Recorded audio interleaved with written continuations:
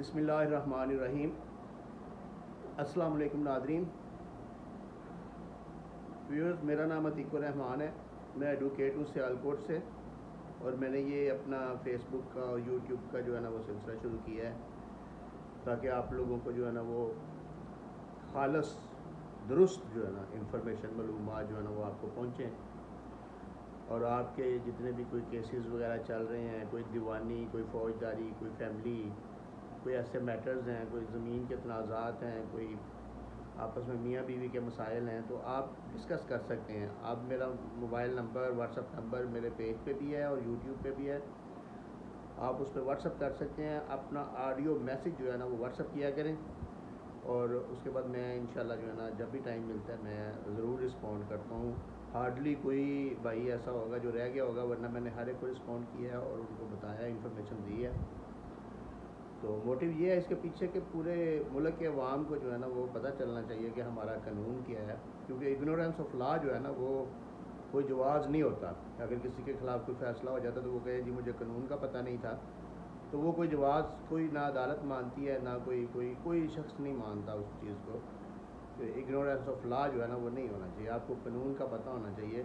और उसके बाद फिर आप उस कानून के मुताबिक जो है ना वो फ़ैसले वगैरह जो भी हों, आपके हक़ में हों, आपके ख़िलाफ़ हों, आपको अपनी एफ़र्ट पूरी करनी चाहिए अपने राइट के लिए, अपने हक़ के लिए। तो वैसे भी मेरा जो मोटो है वो ह्यूमन राइट एक्टिविस्ट मैं हूँ, यानी कि अगर कहीं पे भी कोई जुल्म नाइंसाफ़ी हो तो मेरा दिल करता है कि मैं उसमें इन्वॉल्व हो के उसको जो है ना वो दुरुस्त करूँ, कोशिश करूँ अपने सी। तो इसी सिलसिले में ये शुरू किया है। तो वीडियो जो है ना वो बाकायदा शेयर कर दिया करें ताकि और दोस्तों को भी इंफॉर्मेशन मिल सके, मालूमात मिल सके। मुख्तलिफ टॉपिक्स जो है ना वो डेली का एक आधा टॉपिक होता है वो शुरू किए हुए हमने। तो काफ़ी ज़्यादा वीडियोज़ हो गई हैं, 50-60 के करीब तो हो गई हैं मेरे ख्याल में, 1-2 महीने हो गए। तो एक दिन बाद या डेली कोई इस तरीके से वीडियो जो है ना वो अपलोड हो रही हैं। तो सब्सक्राइब भी कर लें चैनल को और उसमें जो है ना वो फेसबुक पेज को फॉलो भी कर लें ताकि आपको और भी वीडियोस मिलती रहें। तो इररेलेवेंट वीडियोस आपको नहीं मिलेंगी इंशाल्लाह। आपको लीगल जो है ना एडवाइस वगैरह और लीगल केस स्टडीज़ और इस तरीके से जो भी लीगल प्रोपोजिशंस वगैरह होती हैं उनके रिलेटेड ही आपको जो है ना वो वीडियोस मिलेंगी इंशाल्लाह। आज का जो टॉपिक मैंने चूज़ किया है वो कुछ दोस्तों की जो है ना वो मैसेजेस की वजह से जो है ना वो चूज़ हुआ और मोस्टली जो है ना अब डेली ऐसे ही हो रहा है कि कोई 3-4 मैसेजेस जिस टॉपिक के बारे में आते हैं, मेरी कोशिश होती है कि मैं उन भाइयों को जो है ना वो रहनुमाई कर सकूं अच्छे तरीके से। तो आज जो टॉपिक है ना वो स्टे ऑर्डर के बारे में है कि स्टे क्या होता है। स्टे जो है ना, स्टे इसको हुक्म इम्तनाई जो है ना वो इंजंक्शन या दूसरे लफ्ज़ों में या एड इंटरम इंजंक्शन या जो है ना हुक्म इम्तनाई इसको बोलते हैं कि यानी कि जब कोर्ट किसी बंदे को किसी काम से रोक देती है, किसी काम को करने से रोक देती है, तो उसको हुक्म इम्तनाई बोला जाता है। जैसा कि आज सुप्रीम कोर्ट में भी वो जो नया बिल पार्लियामेंट ने पेश किया, जो गवर्नमेंट ने, हुकूमत ने जो प्रोसीजर ऑफ सुप्रीम कोर्ट जो है ना वो उसका बिल बनाया था, जो कानून बनाया था, उसके ऊपर हुक्म इम्तनाई जो है ना वो लागू कर दिया है उस सुप्रीम कोर्ट ने कि इसके ऊपर अमल दरामद रोक दिया। इसका मतलब है कि जिस चीज़ के बारे में कोई इंजंक्शन दे दे कोई कोर्ट, कोई अदालत, या उससे मना कर दे, बाज़ो ममनू कर दे, तो उसको स्टे ऑर्डर जो है ना स्टे ऑर्डर बोलते हैं। अब देखना ये है कि स्टे ऑर्डर जो है ना वो किस किस चीज़ में कोर्ट से हम ले सकते हैं और किस तरीके से ले सकते हैं, उसके लिए क्या करना ज़रूरी होता है, आपके पास क्या होना चाहिए और किस फोरम पे जाना है, किस जगह पे जाना है, ये सारी चीज़ें देखने वाली हैं और ये कितनी किस्म का होता है। सबसे पहले मैं एक जनरल एग्जांपल आपको दूंगा कि आप एक अपने घर में रह रहे हैं, तो कोई बदमाश या कोई ऐसा शर्पसंद बंदा जो है ना, या कोई सियासी जो अखाड़े जिन्होंने बनाए होते हैं, या जो पावरफुल लोग होते हैं, सीना जोर किस्म के जो लोग होते हैं, वो आपके घर पे कब्ज़ा करने की कोशिश करते हैं या आपको निकालने की कोशिश करते हैं। वो उनके पास शायद कोई पुराना डॉक्यूमेंट हो, या कोई 2 नंबर डॉक्यूमेंट बना लें, या कोई 2 नंबरी फ़र्द वगैरह कोई बना लें, या कोई इस तरीके से कुछ भी बना लें, या बगैर किसी डॉक्यूमेंट के भी वो आपको अपने घर आपके घर से निकालने की कोशिश करते हैं, तो आप कोर्ट में जाके उसका स्टे ले सकते हैं। उसके लिए आपके पास आपकी मलकियत का कोई प्रूफ होना चाहिए, आपके नाम पे हो, आपके वालिद के नाम पे हो, आपके भाई के नाम पे हो, बहन के नाम पे, बीवी के नाम पे, यानी कि आपकी मलकियत होनी चाहिए उसमें। और वो कोर्ट को आप एक सूट फाइल करेंगे जिसको दावा हुक्म इम्तनाई दवामी बोलते हैं। उसमें आप उन शख्स जो वो अशख़ास हैं जो आपको तंग कर रहे हैं उनके नाम एज अ डिफेंडेंट उसमें आप शामिल करेंगे, और कोर्ट आपको जो है ना उनके ख़िलाफ़ हुक्म इम्तनाई जारी करेगी। अब उसकी 3 टाइप्स होंगी हुक्म इम्तनाई की। आपने जिस वक्त दावा फाइल करना है उसके साथ आपने एक एप्लीकेशन आर्जी हुक्म इम्तनाई की फ़ाइल करनी है, जो कि पहली डेट पे कोर्ट ने आपको आर्जी हुक्म इम्तनाई जो है या एड इंटरम इंजंक्शन उसको बोलते हैं वो जारी कर देगी। इसका मतलब ये होगा कि जब तक वो दूसरी पार्टी अदालत में आके अपना जवाब दावा या अपना मौक़िफ़ नहीं देती या उसके बाद जो आपकी एप्लीकेशन है उसके ऊपर आर्गूमेंट्स नहीं होते, उस वक़्त तक वो लोग आपको आपके घर से नहीं निकालेंगे और आपको तंग नहीं करेंगे। ये फर्स्ट स्टेज होती है, ये एड इंटरम इंजंक्शन, यानी कि प्रिलिमिनरी आप इसको कह सकते हैं कि स्टार्टिंग में जो आपको पहली तारीख पे जो आपको स्टे मिल जाता है ना, ये वो वाला स्टे है। उसके बाद जो है ना वो दूसरी पार्टी को नोटिस वगैरह होते हैं, और उसके बाद वो नोटिस के बाद वो दूसरी पार्टी आती है, फिर वो जो कोर्ट है ना वो उनका जवाब दावा लेके तो आपकी जो एप्लीकेशन है ना उसका भी जवाब लेती है उनसे, जो स्टे एप्लीकेशन आपने साथ लगाई है उस स्टे एप्लीकेशन को फिर कोर्ट डिसाइड करती है आर्गूमेंट सुन के, दोनों वकीलों के आर्गूमेंट सुन के या पार्टियों के, अगर पार्टियों ने खुद पेश होना तो कोई बात नहीं, पार्टियों के आर्गूमेंट सुन के, दलाइल सुन के कोर्ट उसको डिसाइड कर देती है। और वो इंजंक्शन जो है ना वो अगर तो वो स्टे आर्डर जारी कर दे तो वो स्टे आर्डर दावा के एंड तक वो चलता है। अगर वो स्टे आर्डर जारी ना करे तो फिर आपको उसकी अपील करनी पड़ती है ऊपर वाली कोर्ट में, या फिर आपको वो आपका दावा इन्फ्रक्चुअस तकरीबन हो जाता है क्योंकि आपका स्टे आर्डर कैंसिल हो गया, खारिज हो गया, तो उसके बाद फिर आपको कोई और जो है ना वो फोरम लेना पड़ता है या किसी और तरीके से उसको जो है ना मैटर्स को सेटल करना पड़ता है, वो एक सेपरेट इशू हो जाता है। लेकिन जिस वक्त वो हुक्म इम्तनाई की एप्लीकेशन डिसाइड होती है तो आपको दावे के एंड तक का स्टे मिल जाता है। उसके बाद आपकी एविडेंस होती है,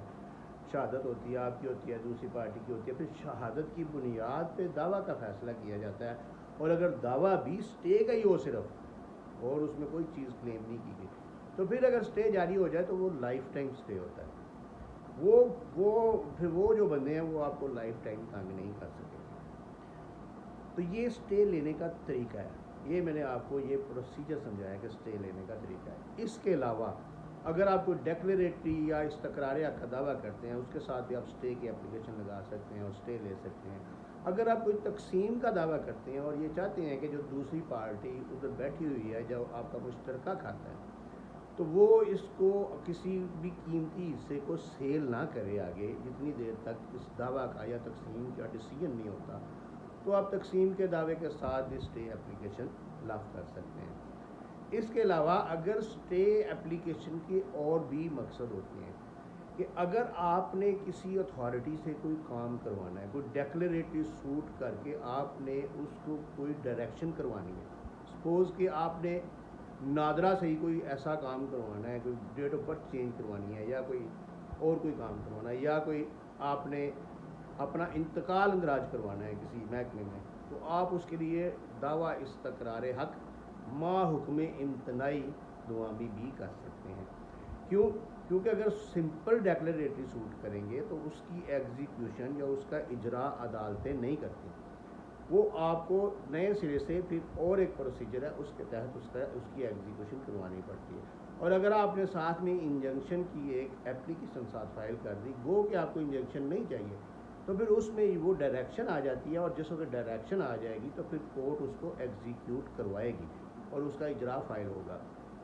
इसी तरह अगर आपने किसी को चेक दिया हुआ है तो चेक के ऊपर आपको ख़तरा है कि वो यानी कि आपका पर्चा करवाएगा, आपके ख़िलाफ़ फौजदारी कार्रवाई करेगा, आपके ख़िलाफ़ सिविल मैटर में जाएगा,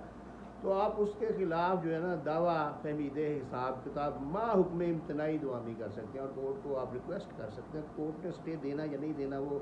कोर्ट की स्वाबदीद है, लेकिन आप उसमें जो है ना वो रिक्वेस्ट कोर्ट से सबमिशन कर सकते हैं कि हमें जो है ना इस चेक के ख़िलाफ़ स्टे दिया जाए कि वो बंदा हमारा चेक इस्तेमाल ना करे, क्योंकि हमारा लेन देन के मसाइल मौजूद हैं, हमारा लेन देन बाकी है, तो वो इसको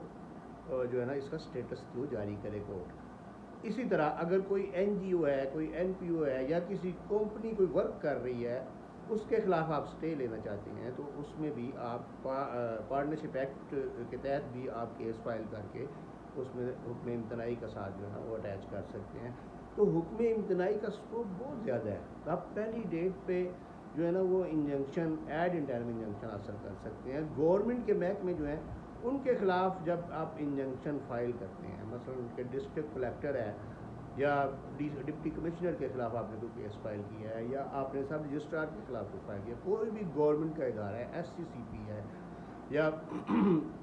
कोई और सब रजिस्ट्रार है या कोई जॉइंट स्टॉक कंपनीज़ का रजिस्ट्रार जॉइंट स्टॉक कंपनीज़ है, उनके ख़िलाफ़ अगर आप कोई स्टे वगैरह अप्लाई करना चाहते हैं तो उसके लिए आपको 2 दिन का टाइम, 1 या 2 दिन का टाइम चाहिए होगा, क्योंकि पहले कानून के मुताबिक पहले उनको उस इदारे को जो है ना वो एक नोटिस जारी करेगी कोर्ट, और उसके बाद 2 दिन के बाद अगर उनका रिस्पांस आता है या नहीं आता वो कोर्ट की आगे स्वाबदीद हो जाएगी, लेकिन नोटिस मस्ट है वो गवर्नमेंट के इदारे के ख़िलाफ़ स्टे लेने के लिए। इसी तरह अगर आप ज़रूरी इरादे की कोई पार्टीशन चाहते हैं या कोई आप इवन कि अगर आप कोई ऐसी एप्लीकेशन कोई सपोज के निशानदेही की कोई एप्लीकेशन तहसीलदार को दे रहे हैं या कोई पार्टीशन तकसीम की कोई एप्लीकेशन तहसीलदार को दे रहे हैं, तो उसके साथ आप वो स्टेटस क्यू के लिए या स्टे ऑर्डर के लिए भी साथ एप्लीकेशन लगा सकते हैं, और वो जब तक पार्टीशन नहीं होगी वो तहसीलदार या कोई भी रेवेन्यू ऑफिसर भी उस पर स्टे ऑर्डर जारी कर सकता है और उसको स्टेटस क्यू का ऑर्डर जारी कर सकते हैं। ADCR को आप एप्लीकेशन कर सकते हैं, वो भी स्टेटस क्यू का जारी कर सकता है। इसी तरह फैमिली कोड में कुछ प्रोविजन हैं कि अगर आप एक औरत हैं, ख़ातून हैं और आपने कोई दावा फाइल किया हुआ है मेंटेनेंस का या कोई इस तरीके से कोई सामान जेज का, या कोई आप समझ रही हैं कि डिग्री हो गई तो ये बंदा मुझे पैसे कहाँ से देगा, तो उसकी कोई प्रॉपर्टी वगैरह है, तो आप उसके लिए भी आप स्टे एप्लीकेशन जो है ना वो उसको उस कोर्ट में जो है ना वो फाइल कर सकते हैं। इसके अलावा गार्डियन केसेस में अगर आप समझते हैं आपके पास बच्चे आपके पास हैं और आप समझते हैं कि आपने वो गार्डियनशिप अप्लाई कर दी है, लेकिन आप समझते हैं कि दूसरा फरीक है वो औरत है या मर्द है, वो बदरिया बजोर या बदरिया कोई लोगों के ज़रिए, पंचायत के ज़रिए, पुलिस के ज़रिए उससे बच्चे छीनेगा, तो आप गार्डियन पटिशन के साथ भी जो है ना ये ऑर्डर 39 रूल 1-2 की एप्लीकेशन फ़ाइल करके उसके खिलाफ भी स्टे ऑर्डर अप्लाई कर सकते हैं। स्टे ऑर्डर मिलना, एड इंटरम इंजंक्शन मिलना ना मिलना ये कोर्ट की स्वाबदीद है, लेकिन आप किस जगह पे अप्लाई कर सकते हैं, उसके बाद आप अपने केस को प्रॉपर आर्गूमेंट कर सकते हैं और कोर्ट को कायल कर सकते हैं। वो सारी चीज़ें मैंने आपको बता दी हैं। इसी तरह अगर आपके ख़िलाफ़ कोई डिसीजन होता है, आप एग्जीक्यूशन उसकी हो जाती है, डिग्री की एग्जीक्यूशन हो रही है, आप अपील में चले जाते हैं, तो आप अपील में भी जाके उस डिग्री के ख़िलाफ़ भी स्टे ले सकते हैं कि जब तक अपील का फ़ैसला नहीं होता इस डिग्री की कार्रवाई को भी जो है ना वो स्टॉप किया जाए, इस डिग्री की कार्रवाई को भी रोका जाए। तो इस तरीके से यानी कि आपको मैंने बता दिया है कि आपकी ज़िंदगी के हर शोबे में ये स्टे ऑर्डर जो है ना ये काम देता है और इसके लिए आपको कोर्ट में जाना पड़ता है और किस तरीके से आपको इसको प्रोसीड करना पड़ता है। अब सवाल ये पैदा होता है कि अगर दूसरी पार्टी स्टे ऑर्डर पे काम नहीं करती, अमल नहीं करती, अब अगर आपने पार्टीशन का सूट है तो आपने स्टे ऑर्डर लिया है तो आप उसको सब रजिस्ट्रार के पास उसका अंदराज करवाएं टेस्टेड कॉपी लेके, और उसके बाद वो पटवारी के पास या ADLR के पास उसका अंदराज करवाएं, प्रॉपर महकमे में उसका फौरी तौर पे अंदराज करवाएं स्टे ऑर्डर का। उसके बाद उसके ऊपर वो महकमा अमल दरामद करेगा, यानी कि अगर पार्टीशन का सूट है आपने स्टे ऑर्डर ADLR के पास दर्ज करवा दिया है तो दूसरी पार्टी फर्दी नहीं ले सकेगी बैग की, तो वो बेचेगी कैसे। इस तरह अगर आपने सब रजिस्ट्रार के पास दर्ज करवा दिया है तो उसकी रजिस्ट्री नहीं होगी तो वो बेचेगा कैसे। अगर पटवारी के पास करवा दिया है तो उसका इंतकाल ही नहीं होगा तो वो कैसे बेचेगा। इसी तरह अगर आपका पोजेसन का स्टे है कि आपको कोई बाइक निकालना चाहता है तो उसको फौरी तौर पे थाने में अंदराज करवाएं,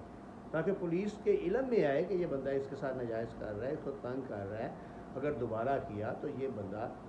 उसमें जो है ना वो उसको अरेस्ट करेंगे, उसके ख़िलाफ़ कार्रवाई करेंगे, क्योंकि कोर्ट ने उसको रोका हुआ है, उसको मना किया हुआ है। इस तरीके से आपने जब भी कोई स्टे ऑर्डर लेना है तो उसको प्रॉपर तरीके से, उसको प्रॉपर महकमे में उसका अंदराज करवाना है। अगर कोई किसी भी महकमे में, जिस महकमे के रिलेटेड है, जिस महकमे को समझते हैं आपके ये महकमा इस पर कार्रवाई कर सकता है, उसमें उसका अंदराज करवाना है, और उसका नंबर, उसका रोज़नामा वाक़याती या उसका जो भी रसीद है वो आपने हासिल करनी है। तो अगर इसके बावजूद भी करेंगे तो फिर वो तौहीन अदालत की कार्रवाई मौजूद है। लेकिन तौहीन अदालत की कार्रवाई जो है ना वो आपको पता है हमारे मुल्क में कैसे होती है, इसलिए वो उसमें जाने की ज़रूरत नहीं। आप पहले ही अपनी कोशिश पूरी करें, स्टे ऑर्डर लें और उसका अंदराज करवाएं और उस पर अमल दरामद करवाएं। अल्लाह ताला आपको समझने की और मुझे समझाने की मज़ीद तौफ़ीक़ अता फ़रमाए। आमीन।